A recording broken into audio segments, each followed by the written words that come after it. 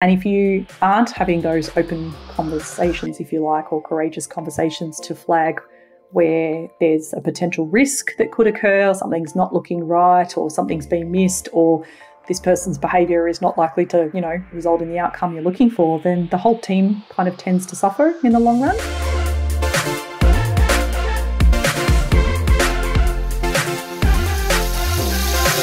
This is my conversation with Leisa Molloy. Leisa's a Master's Qualified Workplace Psychologist, Facilitator and Leadership Development Consultant. She spent more than 17 years helping leaders navigate important workplace conversations. During our conversation, we focus exclusively on feedback. We talk about the 3 different types of feedback, what a good and bad feedback conversation looks like, how to prepare for a feedback conversation, and the risks of providing vague, or the technical term, wishy-washy feedback. Leisa also shares a step-by-step process for giving feedback, which you won't want to miss. Have you heard of the contrasting skill from the book Crucial Conversations? It's an important skill to understand and use. What about conflict debt? Leisa explains both and how they fit into the overall feedback topic. We even talked about the difficult scenario of secondhand feedback and how it could be handled. At the end of the interview, I share my 3 key takeaways. Share your takeaways with me via email, or you can put them in the YouTube comments. Feedback is the single greatest tool in the leadership toolbox, and it's a tool a lot of leaders must get better at using.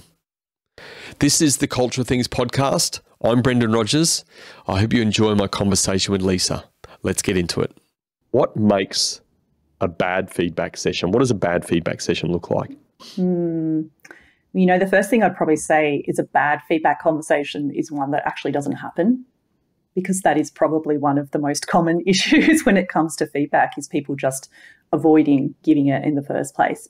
But assuming someone has entered into that conversation, I suppose there's a whole range of things. A bad feedback conversation is often very biased. So the person sharing the feedback has got a whole range of assumptions and stories going on in their mind about why something's happened or what the person's intentions were, and that will come through quite often. And you can probably connect to this, it's quite vague. So the feedback will be something along the lines of, you need to be more strategic, or I don't think you're a great team player, or one of those words, right, which you've probably heard as well in the work that you do, that doesn't really tell the person anything about what they need to do. I suppose when you say bad too, I don't like using the word bad. Let's just say a less effective feedback conversation. Sometimes it can be not... Room for improvement. Yes, Leisa. Where there's room for improvement. It can be a bit kind of wishy-washy, like often people are quite afraid to be clear around what it is that they need to tackle or bring up. So almost too soft, if you like. It can be the other way around, which is almost too harsh, like there's a lack of safety for the person receiving the feedback. It's not framed as a dialogue. It's very one way. Here's what you need to do differently, and that's that. I could probably go on. There's plenty of features of, if you like, of a less effective feedback conversation. But I suppose you could sum it up with, a bit vague, one-sided, not really a dialogue, not really trying to understand what's going on for the other human being that's sitting in front of you, or what's going on in your own mind either, given that you're a human being too, with lots of things happening internally as well. And do you find any patterns? So you've mentioned a number of areas of improvement. Do you find any patterns in the work that you're doing with leaders where, 1 or 2 of those come up consistently? Yeah, I think one of the big patterns I find is actually people not having the conversation or attacking it in a very wishy-washy, vague kind of way, to be honest. And that's one of the reasons that I do so much work around courageous conversations, or what you might call difficult or challenging conversations. Because, if you think about those scenarios, quite often there's a lot of emotion involved. There's some difference in opinion potentially, like it feels like a conflict scenario, and people tend to avoid them. So one of the patterns I've seen since working with leaders, I suppose, which has been my entire career, was this consistent kind of feedback that will come through leadership development programs or 360 processes or so on, about the person not tackling the tough stuff, essentially avoiding it, not addressing things. So that's definitely a theme, and it's very human, which is one of the reasons I love doing this work, I suppose, with my psychology background, is that it is often because people are worried about not being liked, or rocking the boat, or having the other person get upset or angry, or not being sure how others will react. So that's definitely one theme.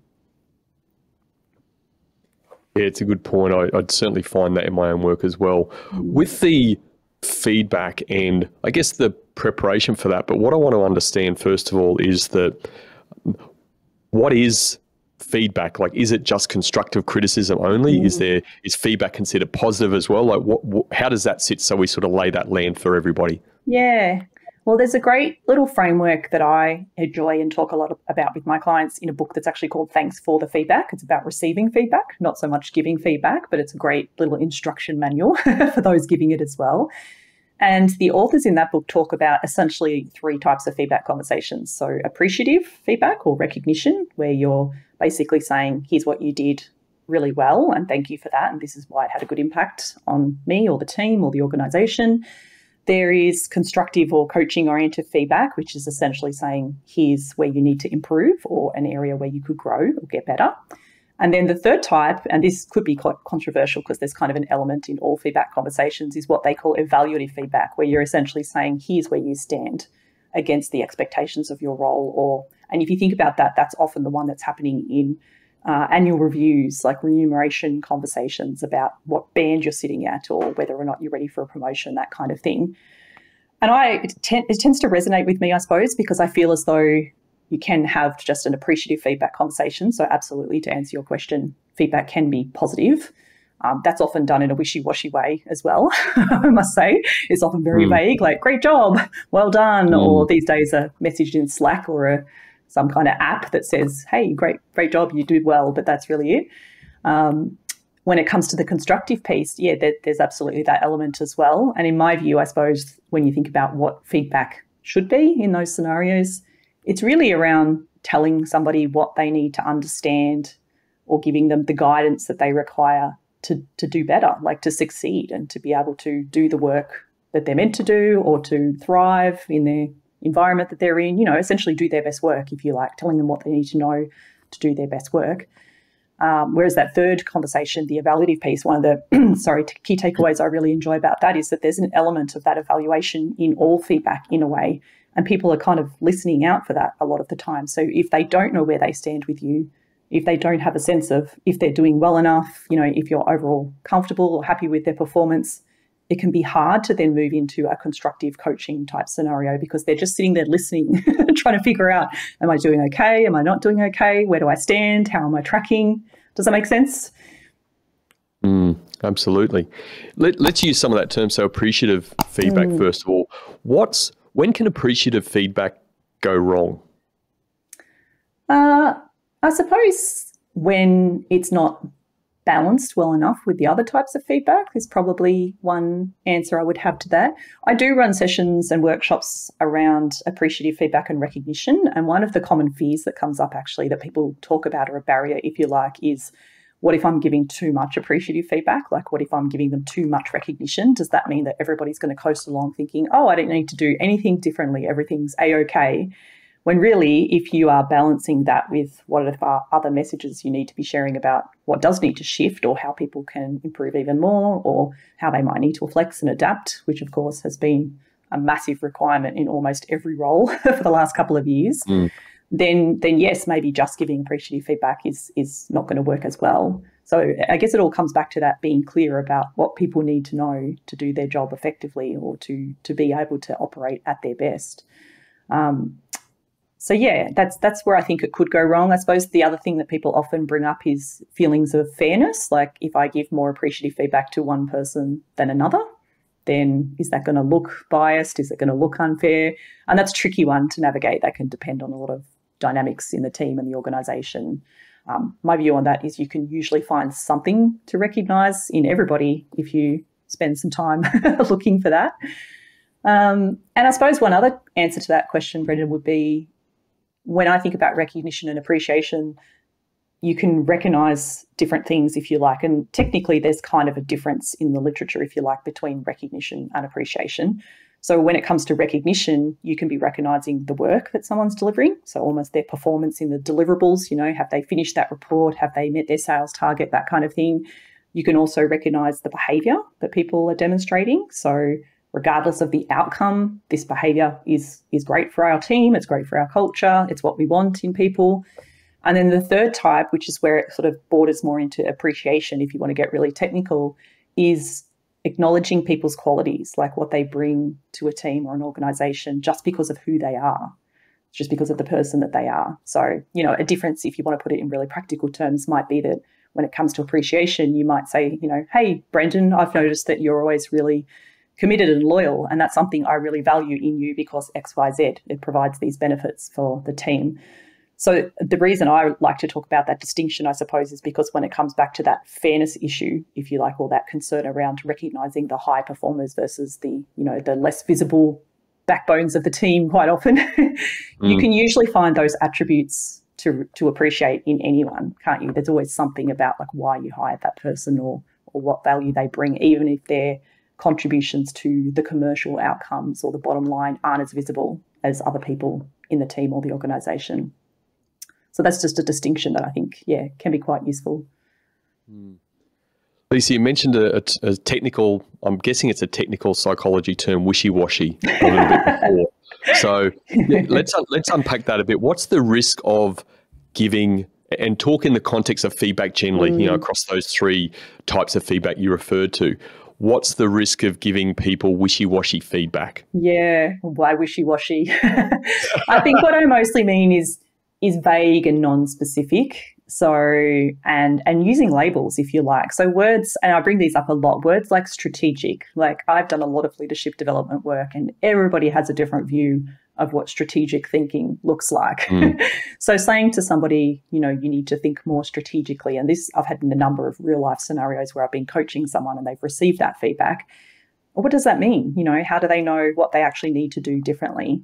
So I suppose the flip side is being really clear about what behaviours you hope to see, what outcomes you're expecting to see, what good looks like, what success looks like. You know, for people who are less experienced in a role, for example, or who have shifted into some kind of new environment, they don't know what that looks like often in that role or environment. So what might have worked in their old organisation or their old position isn't the same as what's going to work in this particular climate with all of the dynamics and the stakeholder interactions and whatever else is going on.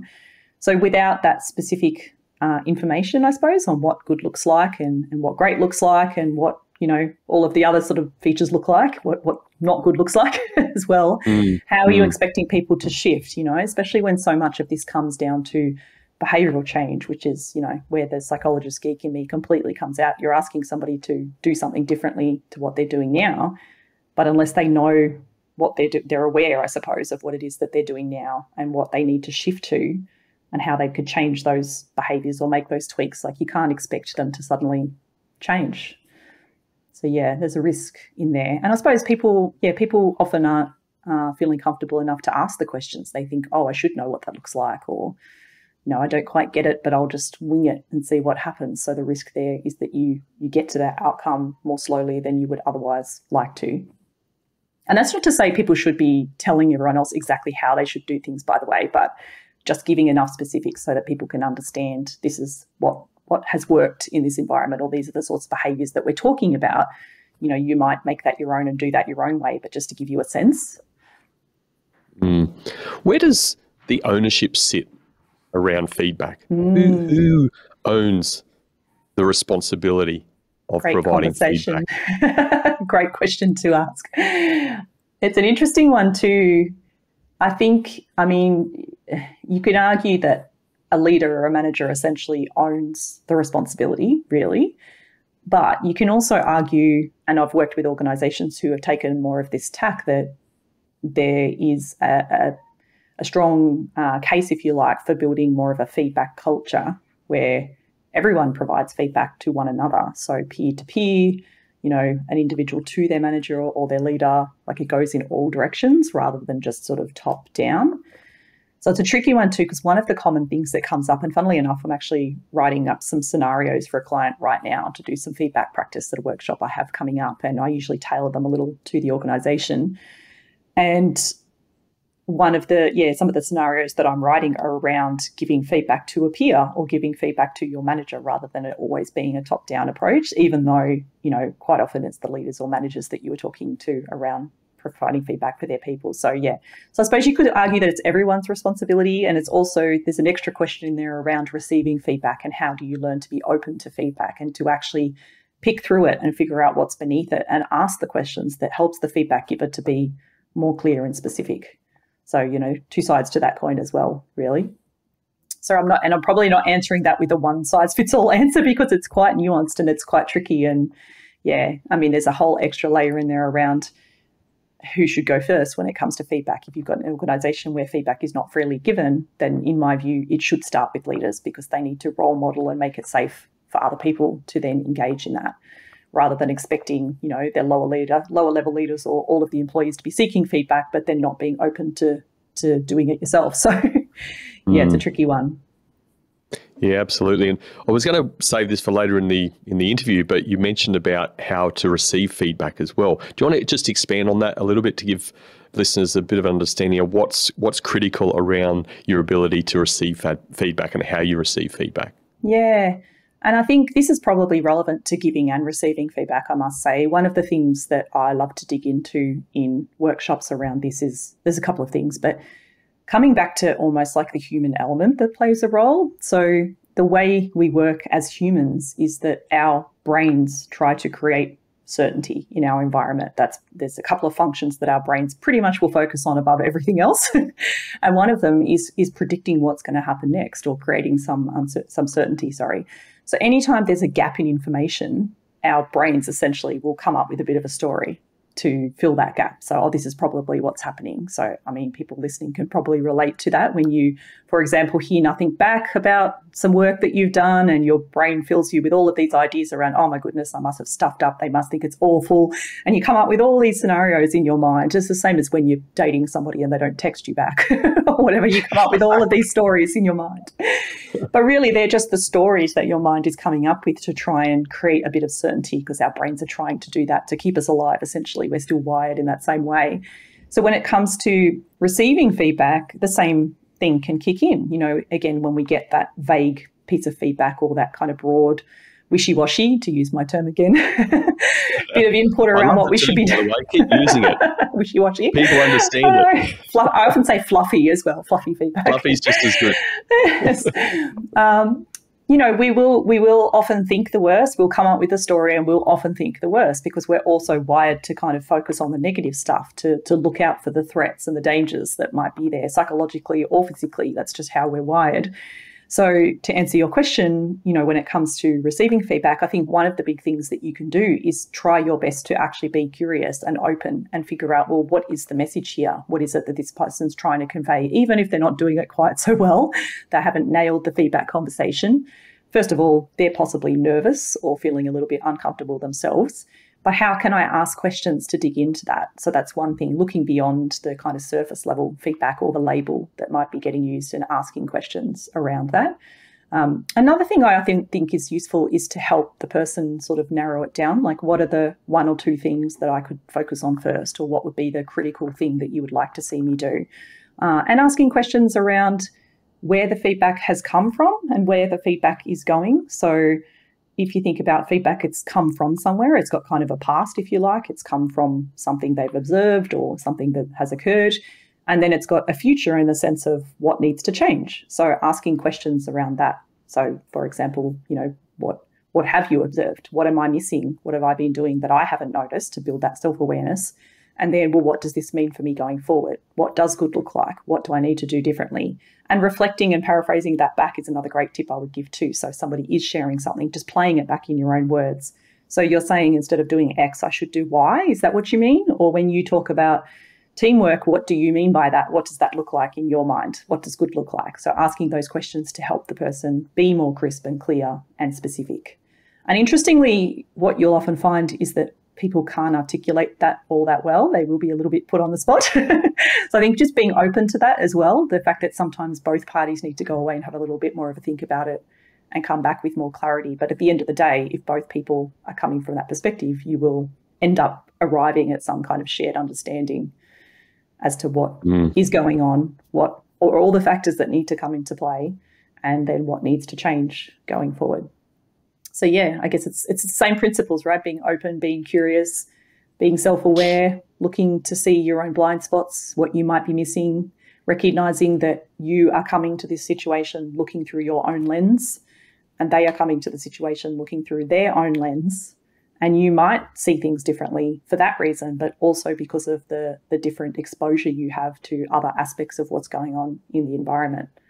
So, yeah, hopefully that makes sense. And I think one thing I often kind of like to point out too is very senior leaders, for example, are exposed to information that people further down, if you like, aren't exposed to. So sometimes they're seeing a much more strategic big picture, or there's pressure coming from stakeholders or a board or customers or something like that, that the person they're giving feedback to doesn't actually understand. And so remembering to give people that context and share what you can, and likewise for the feedback receiver to ask those questions to build their picture of like, oh, that's why this matters, can be really helpful.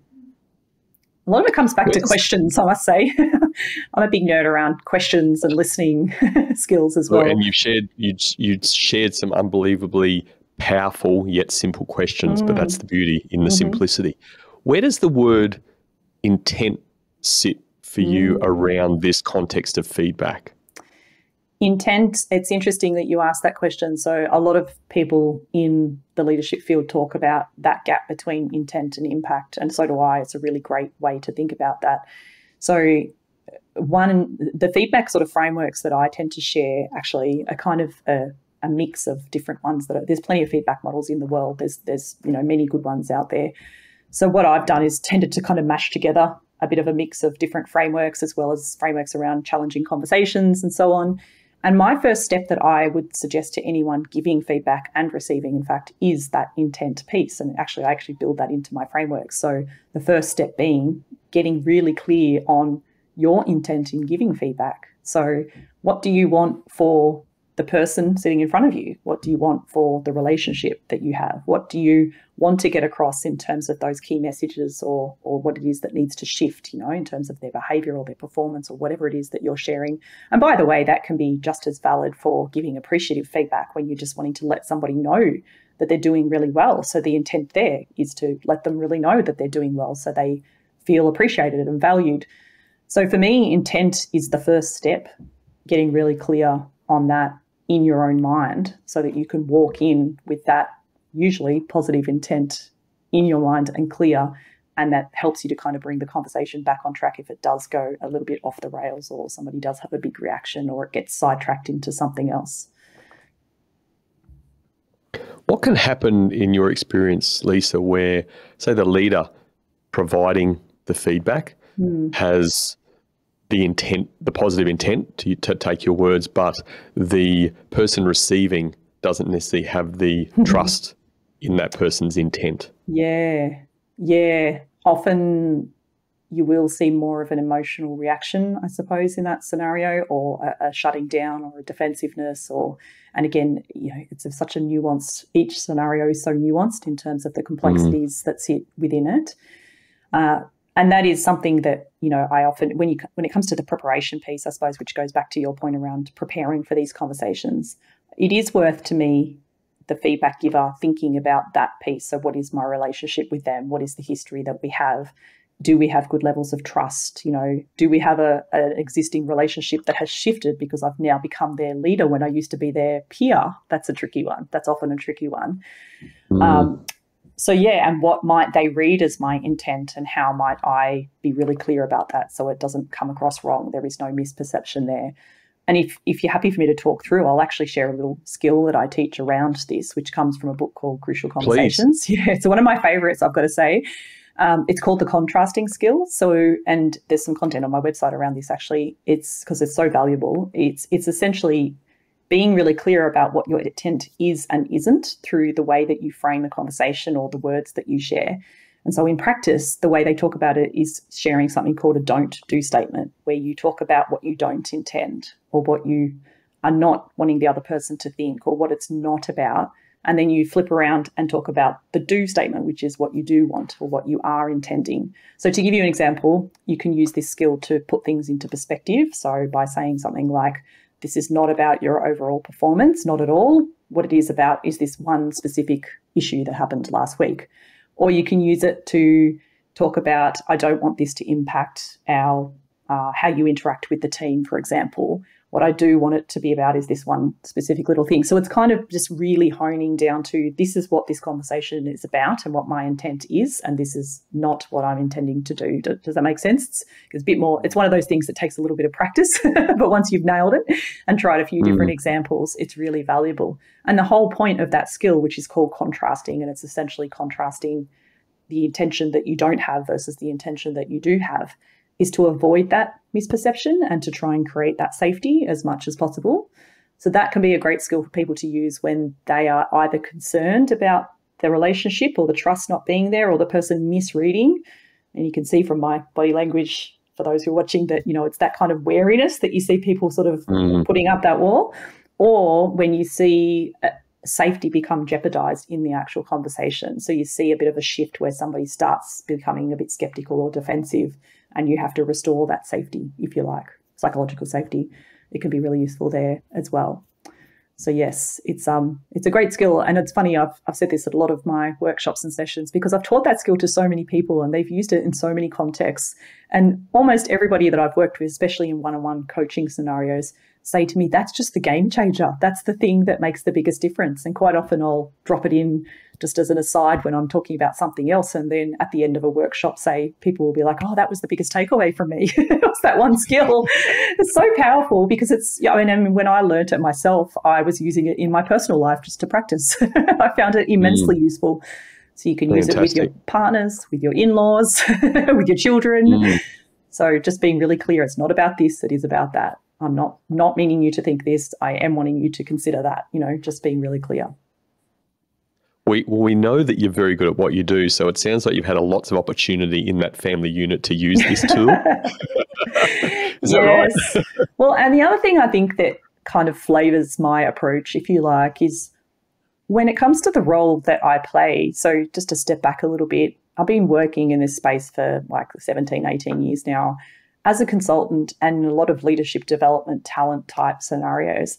And a lot of the work that I've done, I've been that person who has collected lots of feedback on people. So they've gone through some kind of simulations or some kind of day in the life of experience, or they've been, in those group settings and had to sit there and do role plays with people, that kind of thing. Or they've had to do presentations, like a whole lot of, evidence, if you like, on the behaviours that we've observed. And my role has often been to, first of all, observe those behaviours and take it from a very objective, this is what they did, this is what they didn't do perspective, because that's often why people like me were brought in. So there's no bias, there's no previous experience with the person. You're just taking, assessing their capability on what you can see. But I've then also often had to use that information plus things like 360 feedback and psychometric assessment data and walk into a room and sit down with somebody who I've never really met before and deliver a whole bunch of feedback. So, I've been in that role, I suppose, where I've got no credibility. Yeah, no credibility, no trust. Like, they don't know me. I'm just the external expert and a psychologist, which scares a lot of people who has been brought in to deliver this feedback that has come, So I feel like I realised at one point that has flavoured my approach as well, because I've had to come in with curiosity. I've had to come in with I'm not the expert. I don't know you. I don't work in your organisation, and just explore it with people. So setting up that conversation, if you like, and making that as safe as possible for people to get the most from the conversation is something that has always been a massive part of that approach. So you don't just jump right in. You spend a bit of time talking about, this is what we will explore and this is what we won't. And this is, my intention is to share this with you and then explore it with you, not tell you all the answers and think I know everything. So it's just been a part of, I guess, the role of an external consultant for a long time now. With all of this stuff that you do, again, the feedback, the challenging conversations, the conversations around coaching and development, in your eyes, where does this sit in the level of importance in the leadership toolkit? I have to say right at the top, and maybe I'm a little biased because I work in that space, but the reason I work in that space is because I just kept seeing the same themes coming up over and over again. And when you dig into why people don't have these conversations or why they go wrong, it's so often are those very human reasons, as I mentioned earlier, that people are feeling worried about how it will be taken by the other person. There's a lot of emotions involved. Like, again, we have that typical human reaction to kind of constantly be evaluating, am I safe in this scenario? Does this person like me? Do they not like me? Am I accepted? Am I not accepted? And I think once I started to work a bit more in that space and give people the tools, so first of all, I guess, help them overcome those barriers and give them frameworks and ways of tackling it that brings that positive intent into it so they can approach it more confidently, able to say to the other person, hey, I'm in this with you, like I'm here to support you, rather than just deliver some feedback and not care. But also the tools, so things like questions, and I give people conversation guides, here's how you can say this, here's 17 ways you can say this, find your own. I started to see the difference it could make in people's confidence and willingness to approach those scenarios. So that's one of the reasons, I guess, why I do this work and why I do think it's very important. But the other thing I'd say is I rate it as pretty high because to me, these ongoing, what I call leadership conversations, if you like, and not just leadership, but peer-to-peer, I mean, it's kind of how work gets done a lot of the time. So if they're not happening or they're not effective or they're eroding trust or safety, then there's all sorts of flow-on effects. You build up this kind of conflict debt, if you like, around what's happening in the team or with those two individuals. And it just has a flow-on effect all the way through. So to me, it's very important, I suppose. And to me, they're also quite fundamental skills that I don't think are taught to a lot of leaders. So that's the other soapbox that I get on occasionally. People aren't taught how to do these things. It's just assumed that they know it. And suddenly it becomes that they're having all these feedback conversations or career conversations and they've never been taught fundamental skills around listening or reflecting or asking great questions. And yet they're expected to be really good at it. There's a bit of a rub there, I think, for me as well. So to me, they're very fundamental skills that sit underneath a lot of the other work that then needs to happen. Absolutely. I'm glad you mentioned the word conflict debt. Can you explain that to us and the impact of conflict debt? Yeah, and it's not my term, I must say. I am quite a nerd in terms of reading lots of great books and things. I think it's probably been used in a few occasions, but I actually found it particularly in a book called The Good Fight, which is great. It's around constructive conflict and how you can raise things in a constructive way, but really still talk about what needs to be talked about, if you like. So to me, I mean, the way that you can think about this is almost like any other debt, if you like. It starts small and it gets bigger. It compounds over time. So, a real life example might be, and I've had these examples, so these are coming a little bit from experience, where there's, say, a leader who hasn't addressed an ineffective behaviour in a team. So there's one person in a team and that person is being a bit disrespectful in some way, or they're, I don't know, if you want to get really specific about it, they're constantly interrupting people, they're raising their voice in team meetings, they're using language that's not acceptable in a work environment, something like that, just something that might appear small at the start, and that will happen one or two times, and the leader doesn't address it, and then it will happen again, and then the leader starts thinking, I should have really brought this up a few months ago, but I didn't, so it feels a bit wrong to bring it up now. I can't really bring it up now, can I? And it just keeps going. And that debt will build up because it will impact the relationship between that leader and the individual, because now there's this tension and this unspoken thing that's going on between them. It'll impact the team because the team start thinking, well, why is this not getting addressed? Why is this person allowed to get away with this? It's impacting how they feel. So then you have that kind of flow-on effect there.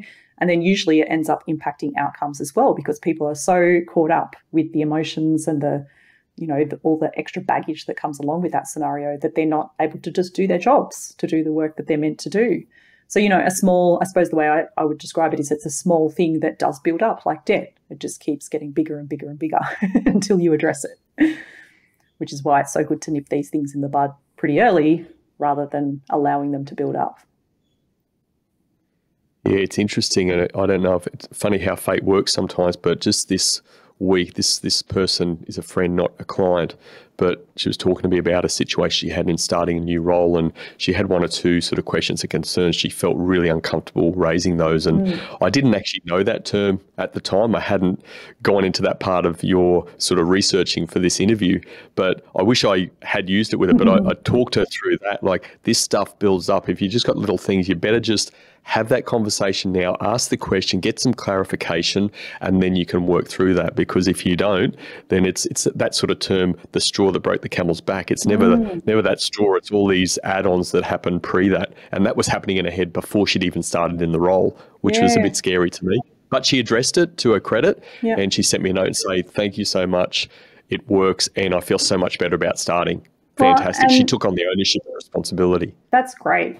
And I think I've had that experience so many times where, and this is why, again, I love just sharing frameworks and tools and things with people, because when you break it down to here's a step-by-step approach that you can take to tackle that conversation, it's less about following that framework in the conversation, because it often doesn't go where you think it's going to go. And so that's always good to remember too, that whatever you go in with, sort of hold it lightly because things will shift, and you want to be open to responding to how the other person responds as well. But just taking the time to think it through and consider, well, what is the real issue here, and why is that impacting me, and how am I going to bring that up, and how do I bring that up in a way that does make it safe or is clear around my intentions. So even in your friend's example, that contrasting piece could come into play there. Like, what did they really want in bringing up that issue or asking those questions? So what are they worried about, and what is it not about, so that they can say, oh, this is not me saying that I'm unclear on my whole position description. There's just these two things that I'm not sure about. Like, as simple as that, you know, just to really put that into context. It's just the preparation piece, whilst holding it lightly, is really where the value comes in. And when you give people a step-by-step approach to work that through, and then they go and have that conversation and kind of get it out of the way, you almost see the emotional baggage like drop off their shoulders, like, oh, the relief in just having tackled it, because it's not taking up mental space anymore. And that's the thing that people, I mean, that's 100% of the time, isn't it? Yeah. But you see that 100% of the time. They're so glad that they've had the conversation. Yes, that's it. And there's so many stories I could share around this where people have, and it's had a good outcome in the long run, whether that be short term or long term. It's funny, I was actually being interviewed recently and I was talking through some of this stuff, and the podcast host actually said, do you know what? I've just realized that somebody had a conversation like this with me at one point, and I now realize they've probably been trained in some of this stuff. And before that, we had a really tense relationship and there wasn't a lot of trust. And after that conversation, it just opened things up and we felt that we could talk, because, you know, when you are prepared to lean into these with that bit of vulnerability that it takes, often the other person sees that. And that's another thing I would say. There's a little piece in there about actually leaning into the vulnerability. Like, if you have played a role, for example, as a leader giving feedback, if you've played a role, admit to that, like bring that up, make that really clear that, look, I know I've contributed to this somehow, because it does put down, it does open up like the barrier, what should I say? It does reduce the barriers for the other person, because they're kind of like, oh, okay, you're a human and you've got weaknesses and you're admitting to that. Okay, I'm going to lean into that as well. And then it creates that connection and that sense of, again, psychological safety. It starts to make it easier to bring these things up. And if you can start that process and then continue with that, it often, just as you can imagine, just grows the trust over time and becomes a lot easier and on an ongoing basis, really. So, I mean, it's interesting you talked about starting a new role, because starting with a new team or in a new environment or with a new hire, I think that's actually the time to just start this stuff straight away. Just set the precedent. Let them know this is how I operate. I'm open to hearing from you, and then you're on a good foot going forward. Yeah, I couldn't agree more. Lisa, let's get deliberate around the constructive feedback, the constructive conversations. So put that context around it. You spoke in some level of the type of preparation that may be needed for feedback generally. Let's just nail that down for our listeners and viewers around constructive feedback and the leader hat. So I'm the leader.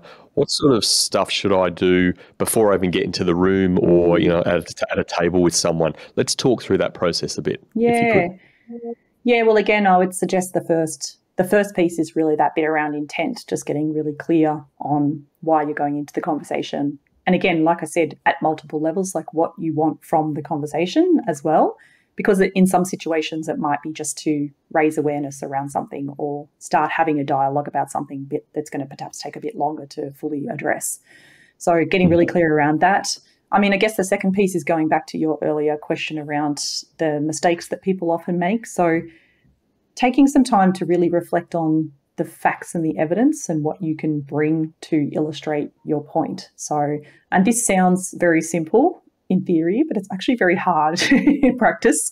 So I love getting people to try this, and then they're sort of, oh, actually, I just realized I was using a label. So I was saying, oh, you spoke in a condescending manner, for example. Well, what exactly did they do? How do you judge what's condescending versus what they judge as condescending? So getting really specific around what have you actually observed? What have you heard the person say? Like, just how can you be as objective and neutral as possible in describing some examples or sharing some information about what it is that needs to shift or what's not working. And so that's what I would say is often the second step. And again, that can be tricky too. A scenario I hear of a lot is when a leader has been given feedback from others about an individual and they have to go into that scenario. So that can be really tricky too. I mean, the ideal there is to teach those people to share feedback in a more rigorous, timely kind of way. But also, sometimes that's not the case. So again, thinking about how you're going to present that and not make it hearsay, how you can, again, bring it back to the specific information that you have, recognizing which parts are your assumptions and which aren't. Like, are you coming in with any stories or assumptions or biases around certain things? I think spending a little bit of time reflecting on what might be happening for the other person. Like, you don't want to make any assumptions there either, but just taking a moment to think, well, what is going on for them? Like, are they under a lot of pressure? Are they new to the role? What might have shifted for them? Even just taking a moment to think of some of the questions you might ask in that space can be really useful, because it'll just put you in that curiosity mindset, if you like. And the other thing I would say, coming back to some of those really big micro skills, is, I mean, this is a bigger piece really, but having some good questions up your sleeve to ask, some good open-ended questions. So, for example, after you've described what it is you've observed and talked about that intent piece and shared all of that, what will you say next? The way I teach people is often to have a good open question next. So, can you tell me about this from your perspective? Or what's happening for you? And what else? That's my favorite question, which, is so open. And what else? And what else? What else don't I know? Is there anything else that I'm missing? So one little tip as well that I often share with people is using what questions and how questions rather than why questions is such a small nuance, but it can make a big difference because it is more open and it tends to provoke a less defensive sort of response than why questions. Even if your intentions are good, they can come across as interrogating the reasons behind someone's actions. So I think that's probably it. And again, getting clear also if there is a shift required on how you would describe what good looks like in terms of expectations going forward. And you may not need to go there, because often people, that's the thing I would say too, often people will realise like, oh, actually, I didn't realise I was doing that. I can see where I've gone wrong now, and they'll shift their approach. But if you do have to be specific and actually say, hey, this is what I need you to do differently, again, getting really specific around what that looks like rather than the wishy-washy, the wishy-washy terms again. I need you to be more of a team player. I need you to be more collaborative. What does that actually mean? For example, at next week's meeting, I would expect that you will ask your colleagues what they think, like be specific about what examples you've seen of people that are doing that well, or what you want them to do going forward. So hopefully that's enough. But again, you can see it's a lot of preparation, having some questions up your sleeve. If you're not a good listener, finding a way to remind yourself to listen as well, and just create some space for the other person, those kind of things. Yeah, like anything, there's a lot in the preparation. How much have you found, and maybe there's some psychology behind this, that the power in the preparation, and firstly knowing, getting someone like yourself to help them understand this level of preparation, how much does that have an impact on their mindset going into a feedback conversation? Yeah, I think it's funny. It can depend a little bit on the individual, but most often I think it helps the person to go in feeling more confident about the conversation.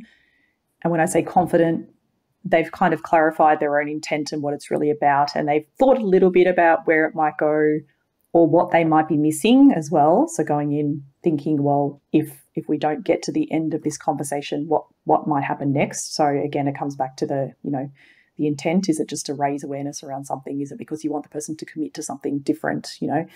So yeah, the confidence, I suppose. And I think the confidence piece as well is really around the clarity that comes from preparing, just getting really clear in your own mind. So it sounds, again, that sounds like a wishy-washy answer.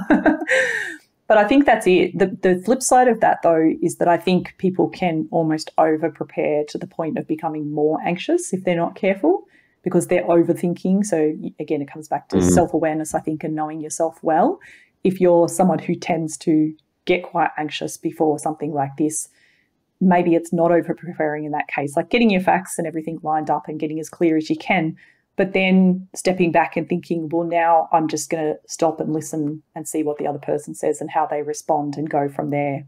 And the other big tip I think I would say too, especially when it comes to what you might call more challenging or difficult conversations, which can go that way if it's feedback that hasn't been delivered before or has been long overdue as well, or something that you're feeling particularly tense about, is giving yourself permission to actually step back if need be. So really thinking, well, if we get to a point in this conversation where I'm feeling really anxious as well, or I need some time to think, having a few things up his sleeve to say in that scenario, hey, I can see that we're both a bit shaken right now, or we both might need a bit of time to think, how about we step out and we come back to this tomorrow? Or does it make sense? Like, just, I think the preparation in the sense of preparing for that outcome, if you know yourself pretty well and you think that you could get a bit derailed, and knowing just how you will actually postpone the rest of the conversation, or what you would actually say in that scenario, can be really useful as well.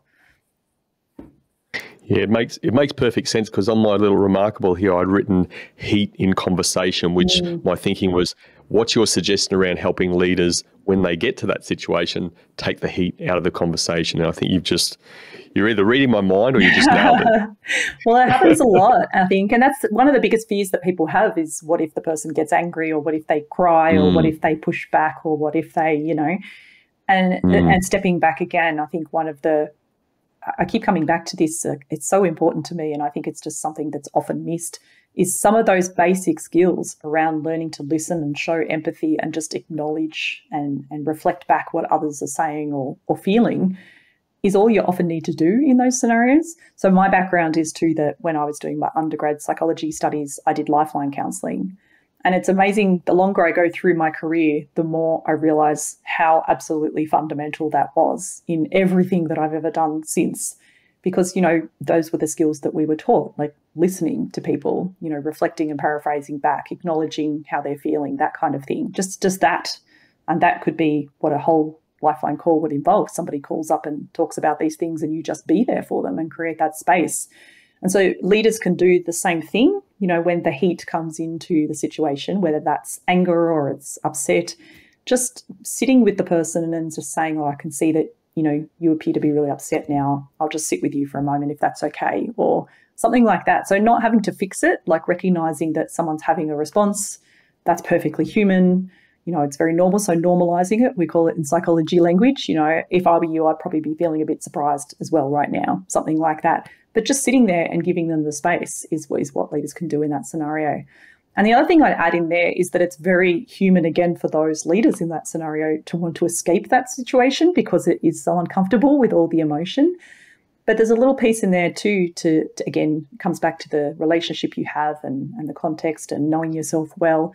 Sometimes it's actually better for the other person that you don't walk away, that you offer them the space. Would you like to sit with a minute? Do you want to take 5 minutes to refresh and then we'll pick back up? Or do you want to postpone this to tomorrow? Like, giving the person choice is actually more respectful than essentially what would look like to some just going, oh my gosh, you've had such a big reaction, I'm getting out of here, backing away. Does that make sense? Because it's almost the signal that you're sending is, oh, you've had this huge reaction and I can't handle it, I'm out of here, as compared to, you've had a very normal reaction because you're a human being and this is how human beings operate, and this has been surprising for you or upsetting for you, or there's something else going on. I'm just going to give you some space to collect yourself if that's what you want, and we'll pick back up. So giving the choice can be really valuable in that heat situation, if you like, letting the person choose what do they need rather than assuming that they can't handle going on with the conversation and they need to leave as well. Yeah, once again, great points. So keeping tight around this constructive feedback conversation, we're in the room, and again, you've really talked through a bit of that. Before I ask you to go on to what happens after the conversation. Is there anything else you want to add to that? We're in the room conversation to help leaders. Yeah. What probably leads into your question about what happens after is, again, depending on the scenario and how simple or complex the change is that's required or whatever comes next. It can be really valuable, and what I would normally suggest is to have something in place in terms of follow-ups or actions. So, if you imagine, and again, there's a distinction here between a coaching conversation and a feedback conversation too, because feedback, essentially, if you want to get really nuanced, is sort of sharing the information that they need to have around how they're performing or what's working or not working, whereas coaching is often about helping them to find the next piece. So depending on the scenario, you might lean into that coaching space and start talking about, well, where to from here, and what do you think you'll do next? So that's almost like the final stage of an ideal conversation, if you like, is that action planning or that thinking into, well, what next from here? How will you go forward? But also in that conversation, I think from the leader's perspective, asking things like, well, what have been your takeaways? What support do you need? What else is missing? What questions or concerns do you still have? That's one of my favorite questions. Not do you have any questions? What questions or concerns do you still have? And then when they give you that answer, and anything else? Is there anything else? Again, asking that and what else type question so that you get a little bit of a layer down and listening and being silent in between to give them time to think. So I guess wrapping it up into that, so what now? If that's sort of feasible in the conversation, given that sometimes these things take time and the person might need to go off and reflect or gather a bit more insight, or they might not quite know what good looks like yet because it's a pretty tricky skill that they need to continue growing. So yeah, does that answer the question around in the conversation? Absolutely, yeah. and leading to the after as well. Yeah, and I think the after, I would say, is having some follow-ups in place, because there is also a big tendency for people to sort of deliver this feedback or have these conversations and then go, phew, I'm all done now. Excellent. Glad that's ticked off the list, and never go back again. So it's even better when they say, I've already told them. When did you tell them? 12 months ago. I know, yeah. Well, and it's a bit like change conversations too. I find that interesting. There's also a tendency around change, which essentially this is change. You're asking someone to change something, aren't you? Where they think once and done. I've said this once and that's it. So setting something up that is a follow-up conversation, or to pull that thread through in the next one-on-one to say, hey, how are you going with that? And I suppose the other thing I'd say is making sure that you capture some kind of notes, just to be really refresh your own memory, especially if you are a busy leader, as so many are, with lots of people to manage. Capturing some notes or some key takeaways, or asking them to share their key takeaways or what they've committed to. It's just having something to be able to go back to and revisit sort of easily. So yeah, setting up. And I suppose the other big part of what comes after is, depending on what it is you're tackling or what the person is tackling, making sure that they've got the supports in place. So that could involve connecting them with other people, or for them to go out and find a mentor, or to do some kind of training, or to get some exposure to something. It depends on what it is that you're trying to develop or shift or change, if you like. If it's a behaviour that they can do themselves, independently kind of execute, even then, do they need some support? Do they need more feedback loops? How will you know how they're tracking? How will they know how they're tracking? Is it experience that they need to get? Is it knowledge that they need to acquire? So it depends, again, on what it is that needs to shift and how easily that can be changed. From a behavioural change perspective, those things can be quite hard, especially if they're very well ingrained ways of thinking or operating. And that's another conversation, I suppose, as well. If it's about an attitude to something, then that's a little bit different too. How do you tell someone to change their attitude? So that's often where things like coaching or mentoring can come into play. That is a very interesting one. So let's just maybe unpack that a little bit. Can you give an example around what would be attitude and how that can be worked through? Yeah. You've made me think now, because I'm trying to think of a good example. It's funny because it's made me think a little bit about when people are recruiting and hiring for positions, and thinking about almost like the motivations and the mindsets that people bring, if you like, and how, that's the thing that people often talk about, cultural fit or role fit, when it's not about a skill or a behaviour. It's more about whether somebody wants to do something and is prepared to do something. And yeah, what popped to mind, I suppose, is safety, for example, like attitudes around safety and compliance, that kind of thing. That's one that can be a bit tricky. attitudes towards other people in the team, where there's an interpersonal issue, and there's no one size fits all way to address a lot of that. But I suppose it is often around two things, I suppose, raising awareness around a self-awareness, I suppose, on how that's actually showing up in somebody's behaviour or responses or interactions with others, because often there's a bit of a blind spot there. Also raising awareness around how that is translating, into their behaviour or actions or the way they're operating, but then what that actually means in terms of outcomes. So say it's an attitude that deadlines don't matter, timeframes don't matter because the person likes to be flexible. Well, being really clear, which again comes back to the providing the feedback around, what it is that they're doing. And probably the bit I didn't talk as much about before too is being really clear about the impact that that's causing. So when you let timeframes slip, here's what happens as a flow and effect, and here's how it affects all those other people.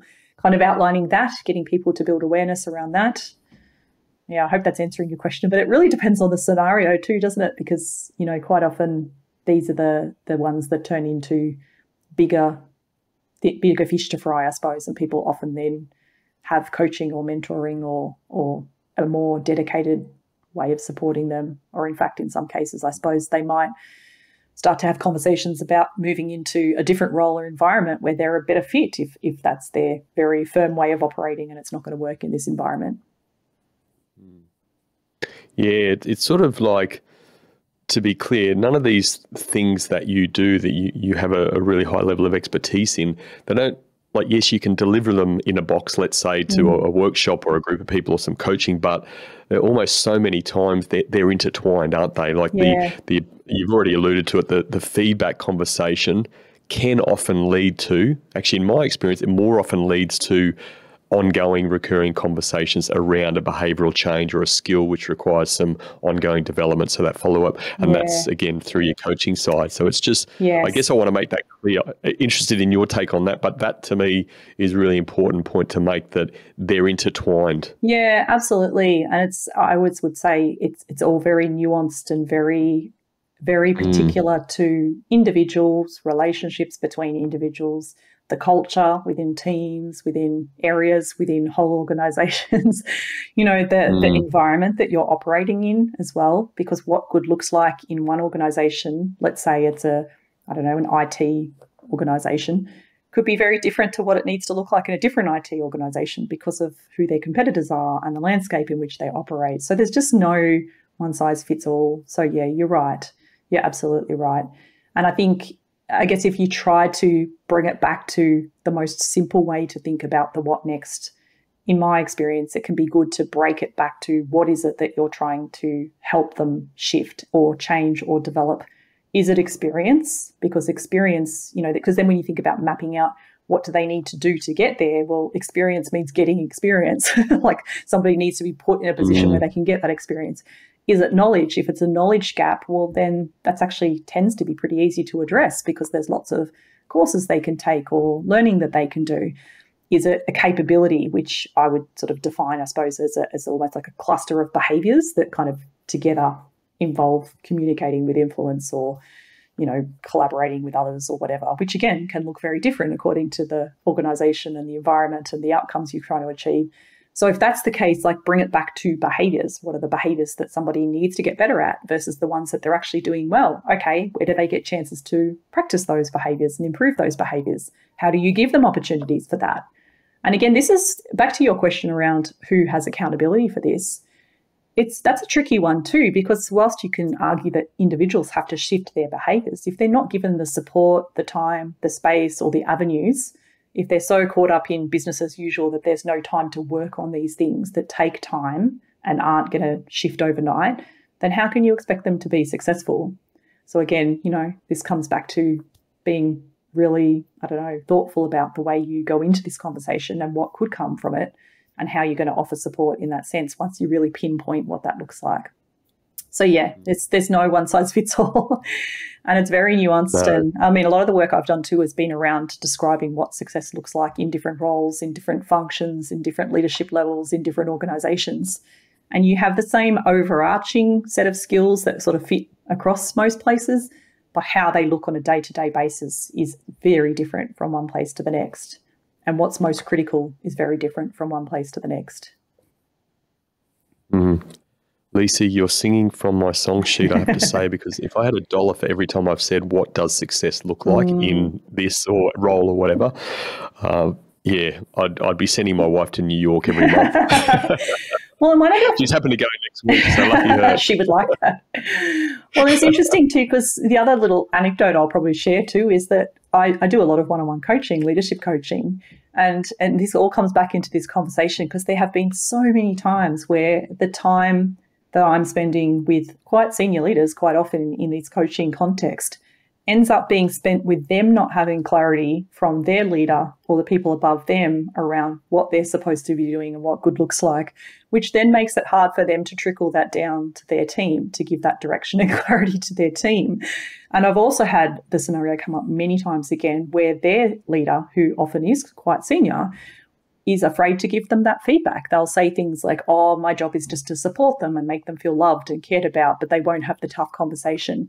And I've actually had people say, oh, my relationship with them has to be strong. We need to have a good relationship and trust. So I'm not going to give them feedback because I want us to have a strong relationship. And guess what happens in those scenarios? Those people spend the whole time second guessing, where do I stand? How am I doing? Are they happy with my performance? And then the trust erodes eventually. They stop opening up. They stop feeling that psychological safety. They're constantly questioning, those organizations are paying for me to coach this person to improve performance in their team. And we end up spending all our time on this particular issue. And I'll coach them to go and have a difficult conversation with their leader or to bring this up and they'll still get nothing back. Like it's really super interesting how often that plays out. But my point was going to be too, ironic, isn't it? I often get feedback from people that my coachees work with to get more input around, like, what do they need to do differently? What could they shift? What's most critical? So I'll interview people and get feedback. And quite often I can't get that out of people either, even with the training that I do have where I'll dig into, well, what does that look like? And in some places that's this and this, and I'll break it down to the, here's the examples of what success could look like. And no one has thought it through. So how can you expect that person to improve? And, as a coach supporting that person, it almost sets me up to fail because I can't help that person shift the behaviors because nobody can articulate what that needs to look like. So again, back to that strategic example, I've had a number of situations in the last few months, really, where I've had people be told, you need to be more strategic. And I've gone, well, here's my library of all the different ways that being strategic thinking looks like in different organizations. Let's look at all the different behaviors and we'll try to figure out, which ones you're doing well in and which ones you need to do differently. And they often see that as such a relief. They're like, oh, that makes sense. Yeah, I'm not doing this or I could be doing that. But again, that's my definition, not the organization's definition. So, yeah, what does success look like? Such a key question. Absolutely. How much, I want to bring back to ownership actually, because what you just explained about, getting feedback from the people maybe that the leader is leading and supporting, how much of that actually in your minds comes back to the leader about the environment they're to create? Because if they're not doing that, maybe they're not asking the question, hey, please give me some feedback. They're not showing a level of vulnerability. Have you got a view on that and what you see? Yeah, so I think it's your question around the role of the leader in creating a feedback culture, essentially. Yes. Yeah. Look, yes. Absolutely. I think a lot of it is, as terrible as it sounds to pin it all on the senior leaders, it does sit with them in a lot of ways. And I think, you would have experienced this too. The more senior you are, the less likely people are to speak up openly and give that feedback unless you're creating an environment where it's very clear that that's okay. There's not going to be a repercussion if you do so. So, yeah, I mean, that's why I said earlier that if you want to create an actual feedback culture in the sense that everybody is freely feeling comfortable offering feedback to one another, I think the senior leaders really need to go first and to model that and to be open to it, to ask for feedback themselves, to react in one of those good ways that we talked about earlier before you can really expect it to trickle down. Because, there's a power dynamic in play there. And again, as you can probably pick up too, a lot of this comes back to this concept of psychological safety. How do you create an environment where you've framed up the work and people understand that to do our best work, we actually need to have open conversations and we need to be able to raise tricky problems and challenges. And we need to be able to say, hey, I think this thing's going to go wrong. And we need to be able to say, hey, I stuffed up, I made this mistake. Because if you don't have that environment, and people are holding back and you've got the dangerous silence, as it's often called, then those things just won't happen. And you might have that culture of, I've got to look good and I've got to always know everything. Again, as compared to the culture where you're not saying it's okay to constantly stuff up your work. Like, we're not saying let's just all make mistakes all day long. What we're saying is let's create an environment where we can identify these things and do something to address them, to prevent the things that could go wrong going wrong where we can, but also to put our hand up and say, I need help when something has gone wrong and you couldn't control it, or it was unexpected, or even if you did stuff up, that's what makes, a more effective, high-performing team, really, when it comes down to it. And it does start with the leader, I think. They set the tone, if you like. I'm going to come back to that soon. I just want to, an area that I haven't asked about, and again, we'll just stay in that box around constructive feedback, timing. What's your view? How does timing sit in the providing feedback? Yeah, well, as soon as you can after whatever it is you observed. So, I mean, I guess one of the big, this is it seems obvious, but providing feedback in a timely way is so important. Connecting it as closely as you can to whenever it was or whatever happened, it helps the person to, again, make sense of it and to be able to recall that and understand the flow on and sort of contextualize it, if you like, as compared to waiting several weeks or whatever it is down the track and saying, hey, a month ago when you did this thing, this happened and this is, was not what I wanted or whatever. Like, the person's, so much has happened since then. So how are they supposed to really, engage with that scenario, if you like, to be able to recall the details? And I suppose a bit like the being wishy-washy thing, you then open yourself more to almost just a bit of an argument around, well, no, that's not what happened, or that is what happened, or no, and that's another reason why not being wishy-washy, I'm again using that term since you liked it so much, is so important. Because, absolutely. Again, you end up, it reduces the risk of the feedback being, getting pushback, I suppose, when you're able to say, and quite often in those scenarios too, the person is reflecting on what just happened and what worked and what didn't. So yeah, I'd say the more timely, the better. Having said that, there's still that element of creating a safe environment. So, if you're in a team situation and somebody does something and you want to raise it, you're not necessarily going to do it right then and there in front of the rest of the team, because that might make the person feel uneasy. So, obviously environment, context, making sure there's no interruptions, that you've got a private space, that they've got time to think, that you've allowed enough time for the conversation. All of those sort of almost like the fundamentals, if you like, are really important as well. And how you're going to deliver it. So, in our hybrid / still largely remote work, delivering a bit of feedback on Slack might not be the most effective if it's something that's going to require a bit of a conversation. So thinking about all of that. So timely, but being thoughtful about the timing as well. In your view, once again, a great point about, I guess, the medium of communication chosen by the leader. Is there a time when a social platform or somewhere is an acceptable time for constructive feedback, or never? I wouldn't say never. Again, this comes back to the it depends piece, I think. It depends a little bit on the culture of the organisation. I'd say very much your relationship with the person and how much of this dialogue you've previously had. So I suppose it's almost coming back to, how should I be delivering this given what I think might occur for the other person? If you imagine sending it on a platform like that, they could be commuting somewhere, or they could be making dinner for their kids when they read it, or, what's going to be timing. And I suppose also the question around, are you looking for a two-way conversation versus not? So I work with a couple of leaders who I think have created a very... Or to avoid the conversation. Yes, yeah, exactly. Well, and that's usually why people do that, right? Two reasons, because they're trying to avoid the discomfort of the actual real life experience with the other person. But also often, honestly, it's just because the culture of communication is very much through asynchronous communication or online platforms. I work with a lot of tech companies, and that's just how they communicate. So, it might feel normal in that scenario if you're a tech type person, or, that's just how you often have your one-on-ones. So I was going to say, I do work with a couple of leaders who have created a really great feedback culture and have very good open dialogue, and have built that trust and that connection through multiple, ongoing conversations and all the things that we've talked about.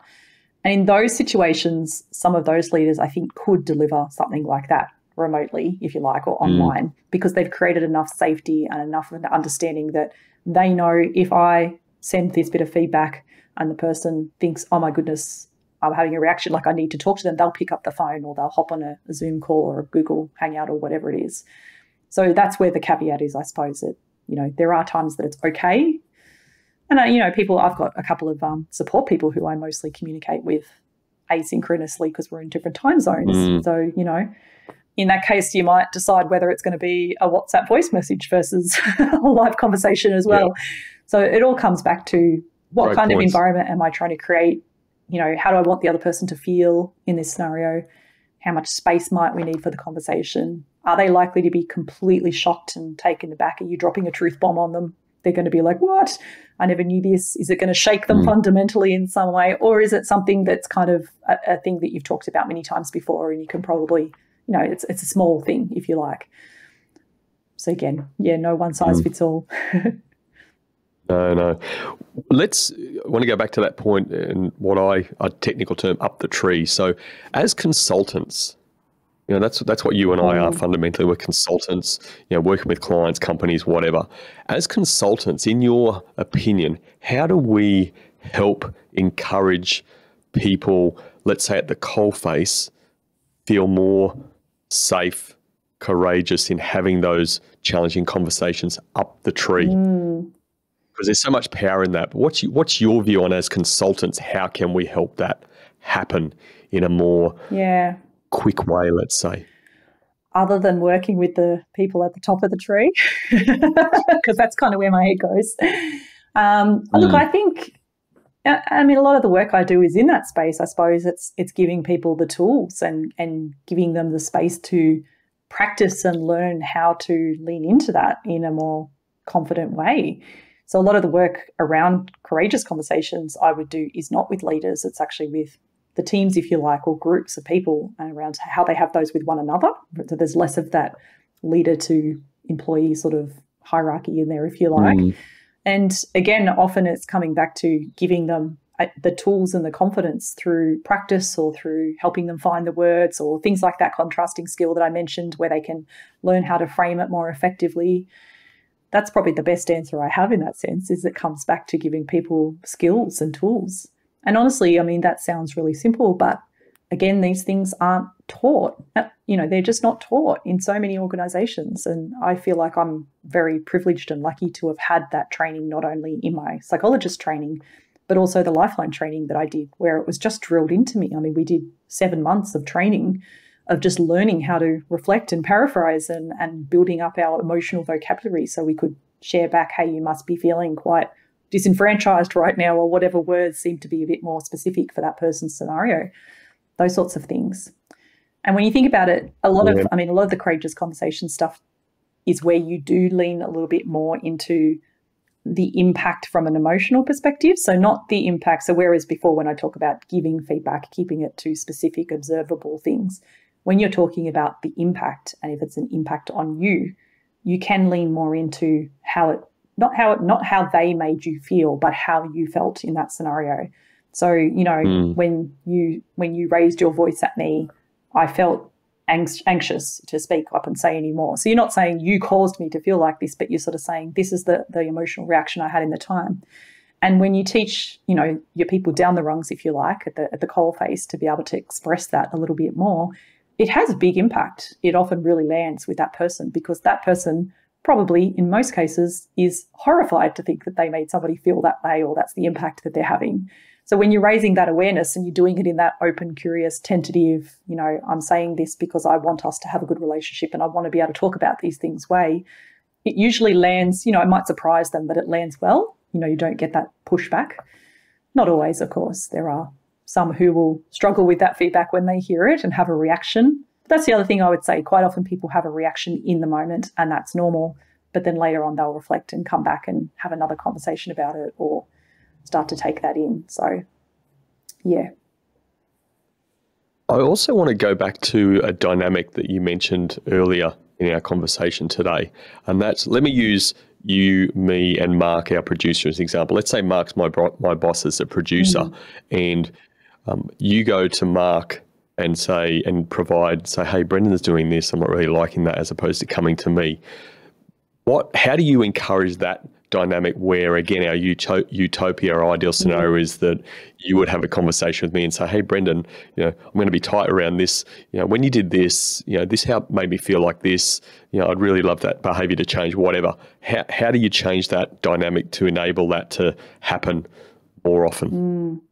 So let me just check with your question. So is it how do you can you ask me the question again?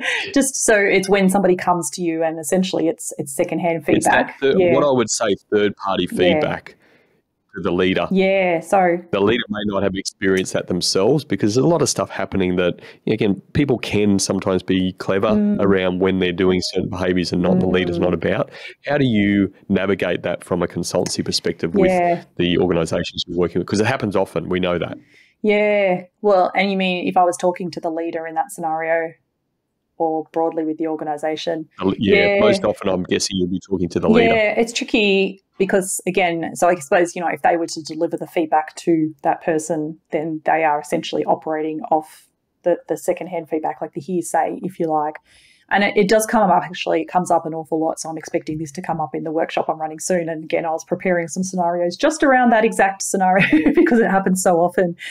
The best advice I usually give, and look, other people might have different advice too, is that how can you stick to the facts that you have in your experience? So if you think about the things that you can describe as things that actually happened, is that you have received feedback from others on multiple occasions about this, and saying something like, I can only share, what I've heard, and I might be completely getting all of this wrong. So please talk to me about this and how you see it from your perspective. But here is the evidence I have. So I don't know if that makes sense, but it's not necessarily repeating back what others have said, because the other factor that comes in is often those people would say, I don't want them to know that I said it. So, if you think about the best you can do to describe the facts as you have them is your experience of the scenario. So my experience as a leader is that multiple people have raised a concern with me, and I'd still pick my language very carefully around, how you're behaving in team scenarios, or get as specific as you can without sort of repeating exactly what others said, if that makes sense. And again, I would encourage that leader to try and coach or support their people in having those conversations. But one thing I have seen people do is raise that very much with the open, curious, I could have it all wrong, I can only go by what I'm saying, and almost like apologetically, I'm sorry that I can't say any more than this, I'm sharing what I can. And then encouraging that person to either go and have a conversation with people or to reflect on that, to pick up the conversations elsewhere. I don't know if that's helping. It's the trickiest scenario, I think, that comes up is the hearsay piece. So, I mean, if I think about it from a consulting perspective, if I'm speaking with, the OD or people and culture people, I would share with them that I'm hearing numerous instances of feedback being passed around from one to another without going directly to the person themselves. So I would highlight that I'm seeing a lot of that and hearing a lot of that, so that they're aware of it, and talk to them about what sort of feedback culture they have and how they might be able to create more opportunities for that kind of conversation to occur, what skills might be missing, all of those contextual factors that might be playing a role as well. Because you might have a team or some individuals who are quite strong in providing feedback and have that culture, but then further up the chain, as you say, it's not there. So how is that playing a role, and how is that influencing the scenario? So I'd almost lift up, I suppose, and get them to think about the culture rather than just that one dynamic, if you like. Yeah, I understand. Let's just frame this too around teams. So I want to talk in the context of feedback generally again. What's the risk, in your view, of the performance of the team if feedback is not something that is provided comfortably in a team? Huge risk. And again, it can vary when you think about the work that different teams are doing, and the impact of that could be very different depending on what they're doing. But essentially, I suppose if you think about teams and high-performing teams, if you like there is always a level of interdependence on one another where, one person's work feeds into another person's work, or information needs to be shared across, or everybody's playing their part in that. And if you aren't having those open conversations, if you like, or courageous conversations to flag where there's a potential risk that could occur, or something's not looking right, or something's been missed, or this person's behaviour is not likely to, result in the outcome you're looking for, then the whole team kind of tends to suffer in the long run. So, I mean, to me, it's just, I suppose, when you think about it from a high-performing team's perspective, there's, some of the factors of high-performing teams are psychological safety, having dependability, like knowing you can count on somebody to follow through and to do what they said they would do, having that interdependence, leveraging the diverse strengths of the team, those sorts of things. So all of those things fall down, really, when people aren't pulling their weight or sharing, what needs to be said, I suppose. I mean, there's heaps of research around all of this from places like Amy Edmondson's work around psychological safety and high-performing teams, and the Google studies and all of those things. And it all comes back, interestingly, to psych safety being a huge part. And if you think about it, psych safety is the foundation for being able to raise things and put your hand up and all of that. So, yeah, can have a massive impact. Yeah. If it's a true team, if it's a true team versus a group of independent individual contributors who are all doing their part and there's no connection between what they do, then that's probably a different story. Now, you've just piqued my interest again. That's a great insight. And again, keep this as succinct as you can, but what's your definition of team versus, potential working group or individual contributors? Yeah. Because that is a great point. Yeah, I think the best I would say around that is the interdependence piece. There's a connectedness between individual work and roles and relationships, if you like, and how that impacts one another. So it's almost like that whole, the whole is more than the sum of the parts. It's the interconnectedness and the work that they do across and the way they collaborate that comes to the better outcome, as compared to each person just putting their little piece in. So yeah, as compared to a working group, which is quite different. And I had this conversation with a client once a few years ago, actually, where they were trying to get a certain team to become more of a team, and the way that they gave them like real problems to solve, and the team, if you like, or the group of individuals just formed working groups and committees. And so they almost sparked into like smaller little teams to work on things rather than the one big team that they were trying to create. So it was really interesting, that same conversation, working group or committee versus... It's progress. Yeah. It's progress. Yeah. So Leisa, I'd love to ask you, in starting to wrap this up, when's a time when you've actually butchered a feedback conversation? Good question to ask. One of my most memorable feedback conversations, it's interesting because it actually fell into that evaluative category, a little bit when we talked about the 3 types of conversations. So without sharing too much, obviously, and giving away who was involved, it was a conversation around someone's performance in relation to promotion and, taking the next step, if you like. And I think the way I see it when I look back, so I was very, very green, very early in my experience, and funnily enough, had done lots of observing people in feedback and coaching role plays and things like that. So I almost had the checklist in my mind of like the behaviours that were helpful and good. And I tried to tackle it from very much a coaching, empowering, like I'll ask questions and they'll see the light kind of perspective.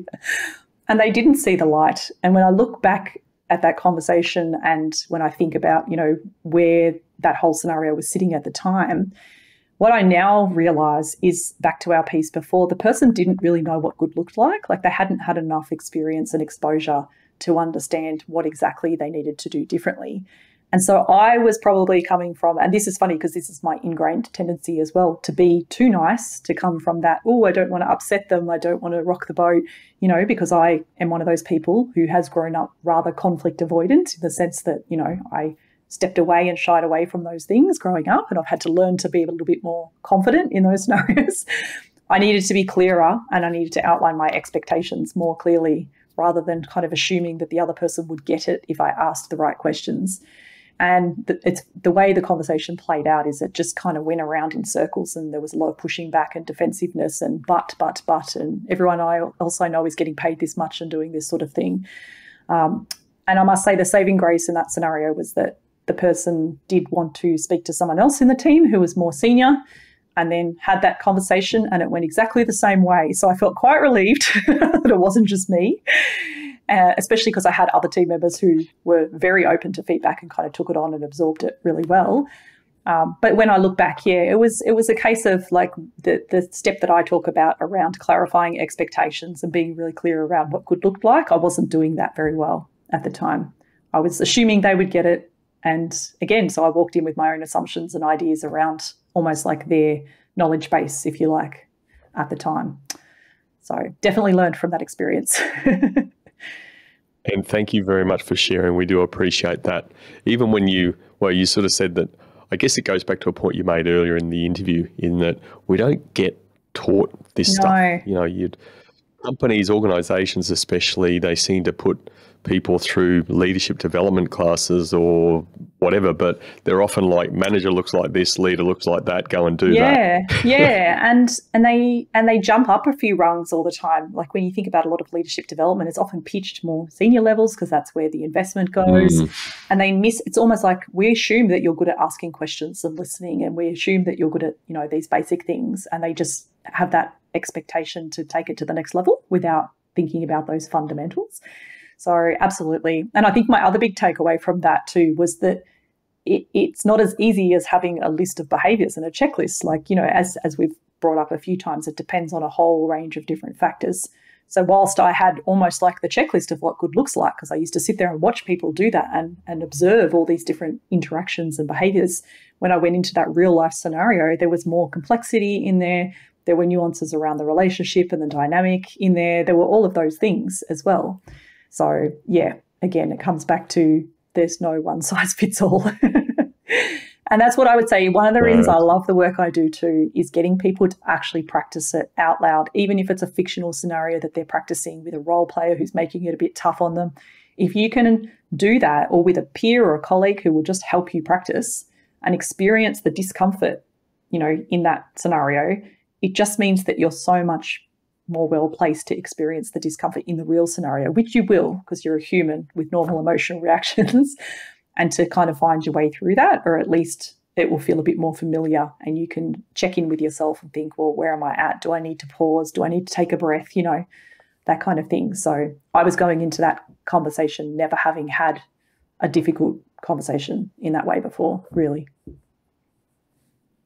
Yeah, I think that's also a great point, Lisa, in that, you know, I believe those sort of role plays are really powerful for the right things. And I think in regards to feedback, role playing is very powerful. Yeah. So absolutely, it's a great point you make.